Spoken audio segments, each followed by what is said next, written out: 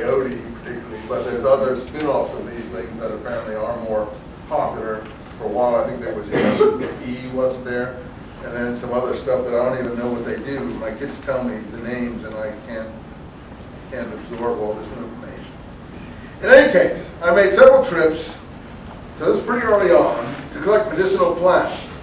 The events I describe here began on one of my trips. I was waiting at border town for a Greyhound bus, talking with a friend who had been my guide and helper in the survey. Suddenly he turned toward me and whispered that the man, a white-haired old Indian, who was sitting in front of the window, was very learned about plants, especially peyote.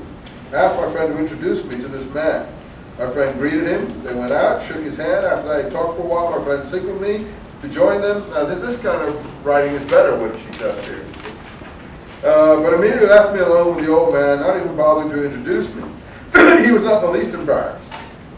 I told him my name. He said that he was Don Juan. He was a Juan, and that he was at my service to use the Spanish polite form of address. We shook hands at my initiative, and then remained silent for a time. It was not a strained silence, but a quiet, natural, and relaxed on both sides. Though his dark face and neck were wrinkled, showing his age, it struck me that his body was very youthful, if you like, agile and muscular. I then told him of my interest in obtaining information about medicinal plants.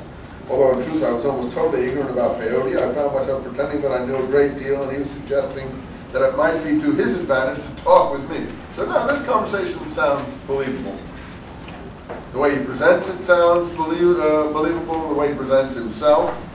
As I rattled on, he nodded slowly and looked at me, but said nothing. I avoided his eyes, and we finished by standing the two of us in dead silence. Finally, after what seemed a long time, Don Juan got up, looked out the window. His bus was coming. He said goodbye and left the station. And I was annoyed at having talked nonsense to him, at being seen through by those remarkable eyes. When my friend returned, he tried to console me for my failure to learn anything from Don Juan. He explained the old man was often silent, non-committal. The disturbing effect of the first encounter was not easily dispelled. I made a point of finding out where Don Juan lived. Later visited him several times. In each visit I tried to lead him to discuss peyote, but without success. We became nonetheless good friends. So he goes through a certain initiative period. He, in this book, is like the other boy from the East in the movie. He's a little less innocent than the boy from the East in the movie, but the two characters are basically equivalent in how they are presented and what their interests are. Both are trying to ingratiate themselves into Native American behavior, activity, culture in the Southwest in order to learn more about it, right? So we do have a certain parallel there. Let me just finish up this introduction, and next time we'll go deeper into this. I just get you into the book. The friend who had introduced me to Don Juan explained later the old man was not a native of Arizona, but was a Yaqui Indian from Sonora, south of the border. Recently, they made that movie about horses with Matt Damon. What was the name of that movie?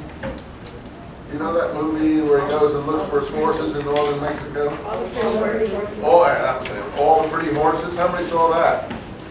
I think that goes into some of these areas that we're talking about. And he actually portrayed some of these people.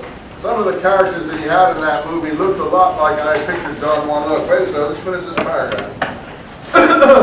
At first I saw Don Juan simply as a rather peculiar man who knew a great deal about peyote and spoke Spanish.